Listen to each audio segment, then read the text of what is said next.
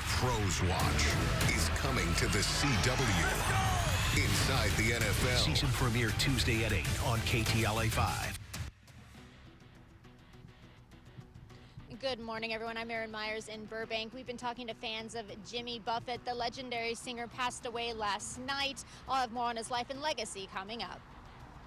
Are you hitting the road this weekend? Well, you're not alone. Record holiday travel is expected this Labor Day weekend. A look at where people are headed and the best times to travel.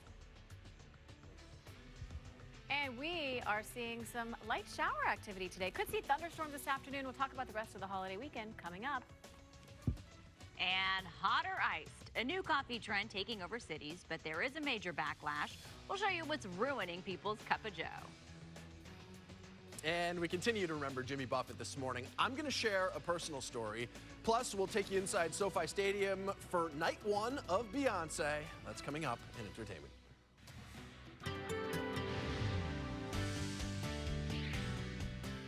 Hey, good morning to you and welcome to the KTLA Weekend Morning News at 9 o'clock. I'm Lauren Lister. And I'm Pedro Vera. Thank you for joining us on this Saturday morning. It's Beyonce weekend, Lionel Messi weekend, Casey Montoya weekend with the weather. Yes, Got a lot going on. Actually, there's a lot of weather to talk about because we woke up to rain, which felt odd. Which was a surprise to both of us, right? Yeah. Not because we don't listen to you, Casey. We do listen to you, but I have not been here for your weather reports until today.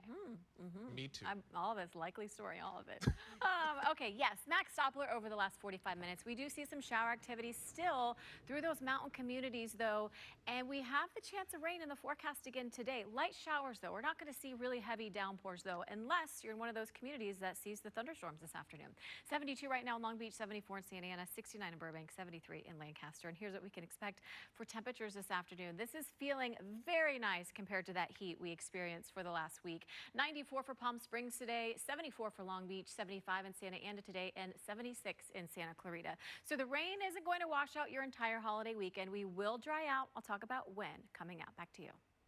Casey, thank you. Our top story this morning, it's an end of an era in music as Margaritaville singer Jimmy Buffett has passed away. Yeah, the music-turned mogul passed away peacefully, surrounded by his family. KTLA's Erin Myers is live in Burbank, where she is speaking to fans this morning. Erin, you said your dad was a big fan, so you sort of know the spirit already. Yeah, my dad really loved Jimmy Buffett. He was all about the Beach Boys, that kind of era of music, and he made me listen to it. He made me at the time. Now I'm glad. I appreciate it, the fact that I was able to grow up listening to Jimmy Buffett, to musicians like that. He's a great singer and songwriter, and we've been talking to fans out here who tell us, you know, his music was laid back, it was relaxed, it made you want to go on vacation, and of course Margaritaville, well, it created quite an empire. Wasting away in Margaritaville, searching for my lost shaker song. Jimmy Buffett's Margaritaville was released in 1977 and was born from drinking margaritas in a Mexican restaurant in Texas before he headed home to Key West. He wrote some of it on the plane and finished the rest while driving down the Keys. The song spent 22 weeks on the Billboard Hot 100 chart, peaking at number 8. In 2016, the song was inducted into the Grammy Hall of Fame. Now, Buffett turned island life into a multi-million-dollar brand, creating Margaritaville stores and restaurants, along with resorts, apparel, footwear, a radio station, and more. He also wrote several books and had a list of TV and movie credits. Not too particular, not too precise. I'm just a cheeseburger in paradise.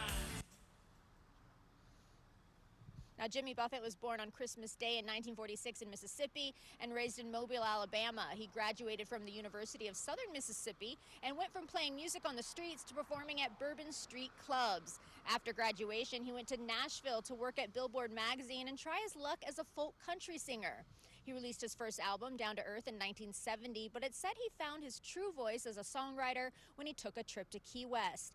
Now, Buffett performed on more than 50 studio and live albums, often with his band, the Coral Reefer, and gained legions of fans known as Parrot Heads. Some of his other songs include Come Monday, Fins, and Cheeseburger in Paradise. He earned 2 Academy of Country Music Awards and a Country Music Association Award. We spoke with fans this morning. Take a listen. I love his songs. I listen to them all the time. And what do you think about his songs? What was it? Just the melody was, and he really loved singing. And I could tell he really loved singing. He loved his fans. He was very into his fans, and he loved his songs. Now, tributes are coming in. Toby Keith collaborated with Buffett and posted, writing, "The pirate has passed, R.I.P. Jimmy Buffett, tremendous influence on so many of us." And Kenny Chesney, who also collaborated with him, also posted saying, "So goodbye, Jimmy. Thanks for your friendship and the songs I will carry in my heart forever. Sail on, sailor." Now back here live, Miles, you just heard from, he was actually lucky enough to go to a Jimmy Buffett concert at some point, and he told us it was absolutely amazing. Reporting live here in Burbank, I'm Erin Myers. I'll send it back to you in the studio. Erin, thank you. We have developing news now. A nearly 5-hour barricade has come to an end in Sun Valley. LA police were called to the home on Clybourne Avenue near Valerio Street for a disturbance around 10 last night. That's when a man at the home started throwing objects at officers. They opened fire with multiple rounds of less lethal ammunition, hitting the suspect, who retreated back into the home. Other residents were evacuated. Around 3 a.m., a SWAT unit moved in, taking the man into custody. He was taken to a hospital due to injuries he sustained during the barricade situation. Meantime, a local community coming together to heal in the wake of tragedy. Yeah, Cook's Corner, the bar, officially reopening to the public days after that mass shooting where 3 people were killed and 6 others were injured. KTLA's Omar Lewis is live in Trabuco Canyon with how the community is healing. Omar, good morning. Good morning. Yeah, Cook's Corner opening its doors for day 2 here at 8 o'clock this morning. You can take a look behind me that people are still showing up to the memorial. They're also showing up here to just be together with this community. They have tents set up outside in the rain here. That's not stopping them from gathering here at this establishment. You know, members of a men's church group, they told me this morning that they meet here every Saturday morning to sing and pray. And this morning, their prayers were for all of those impacted by this tragedy. We could take you to video and tell you the reopening was deeply personal for regulars of this bar who knew the victims. A steady stream of support poured in all day here yesterday when doors opened at 11 a.m.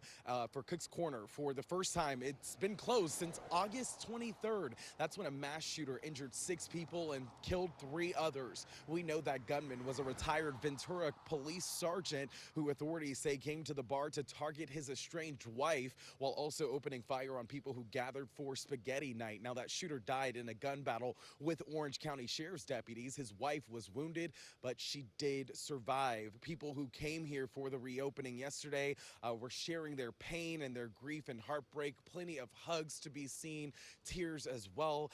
Take a listen to what that person who showed up for that prayer group had to say this morning.